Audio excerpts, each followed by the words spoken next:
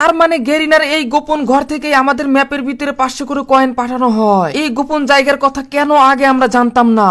আপনি কি জানেন এই টাওয়ারের এই দরজা কেন এইভাবে বন্ধ করা? গেরিনা আমাদের কাছ থেকে কি লুকাচ্ছে? আমরা যখন এই দরজাটির কাছে আসি তারপরে দেখি এই দরজাটি এইভাবে লক করা এবং একেবারেই সিল করা, আর এখানে আজ পর্যন্ত কেউ ঢুকতে পারেনি। তবে কেন গেরিনা আমাদের কাছ থেকে এটা বন্ধ করে রাখলো? কেন আমাদের ঢুকতে দেবে না?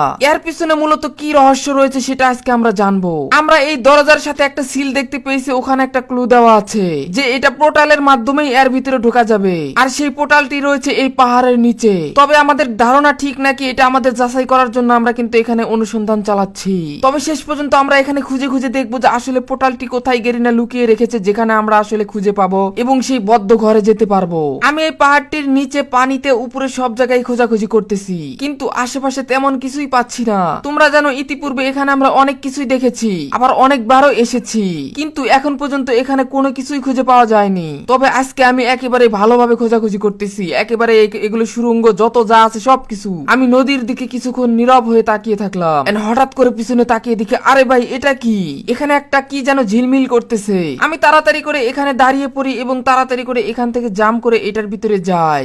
এখানে যখনই আসি তারপরে দেখি আরে এটা তো টেলিপোর্ট লেখা, তার মানে অবশেষে আমরা পেয়ে যাচ্ছি, ওই ঘরেই মনে হয় নিয়ে যাবে। আবার এটা আমাদের কোনো গোলক ধাঁধাও হতে পারে। এখানে আমি যেতে পারছিলাম না, তাই দাঁড়িয়ে যখনই টেলিপোর্ট করি হঠাৎ করে দেখি আরে এটা কোন জায়গায় আসলাম আমি তাড়াতাড়ি করে আশেপাশে তাকিয়ে দেখি আরে এটা তো মনে হয় সেই টাওয়ার যেটার কথা আমি বলছিলাম। হ্যাঁ, আমি পিছন দিকে তাকিয়ে দেখি ও ভাই, আমি তো পুরাই অবাক, এটা কিভাবে সম্ভব? ভাই গেরিনা এই জন্য আমাদের দরজাটি বন্ধ করে রাখছে। এখানে লাল ড্রাম, অনেকগুলো মোমবাতি এবং অনেক কয়েনের পাহাড়। আর ম্যাচ যখন স্টার্ট নেয় তখনই আমাদের এগুলো গেরিনা পাঠিয়ে দেয় বিভিন্ন ঘরে 500 করে কয়েন। গেরিনা এবার আমি গোপন ঘরটি পেয়ে গেলাম। এখন আমি তাড়াতাড়ি করে এই কয়েনগুলো উড়াধুরা নেওয়া শুরু করে দেই। আর সবগুলো নেওয়া যাবে না, যদি আমি সবগুলো নিয়ে নেই তাহলে গেরিনা আমার আইডিটাকে একেবারেই উড়িয়ে দেবে। আর গেরিনা চায় না আমি তাদের এই জিনিসগুলো জানতে পারি। এখানে কিন্তু কম কয়েন নয়, এখানে অসংখ্য কয়েন, একটার উপরে আর একটা কিন্তু একেবারে স্তূপ করে রেখে দিয়েছে। ভাই রে ভাই, অবশেষে গেরিনার টাকার ঘর, টাকার খনি পেয়ে গেলাম আমি। এতগুলো টাকা গাইস, যারা যারা নিতে চাও সবাই এখানে চলে আসবে।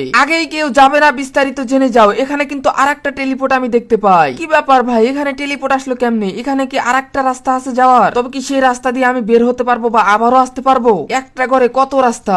আমি সবগুলো কয়েন খেয়ে বড় পাহাড় কয়েনগুলো রেখে দিলাম, যদি আবার গেরিনা আমাকে সবকিছু মানে আইডি উড়িয়ে দেয়, এই কারণে এগুলো খেলাম না। এখানে কিন্তু আমি তাড়াতাড়ি করে কয়েকটা স্ক্রিনশট নিয়ে নেই। এখানে লাল ড্রাম ছিল, এটাকে আসলে ফুটানো যায় কিনা আমি দেখলাম। হ্যাঁ, ফুটানো যাচ্ছে। এরপরে আমি এখান থেকে বাইরে যাওয়ার জন্য তাড়াতাড়ি করে পোর্টালটা ধরি। আর আমি যখনই পোর্টালটা ধরি সাথে সাথে দেখি আমাকে পিকে নিয়ে এসেছে এবং পিকের ঘরে। কিন্তু ওই জায়গা দিয়ে আসলে ওখানে যাওয়া সম্ভব না, কারণ এটা পিকের একেবারে ঘরের ভিতরে, উপরে ছাদের ভিতরে রাখা হয়েছে। আমি নিচে এসে দেখি ভেন্ডিং, এখানে আমরা আসলে রিভাইভও দিতে পারবো।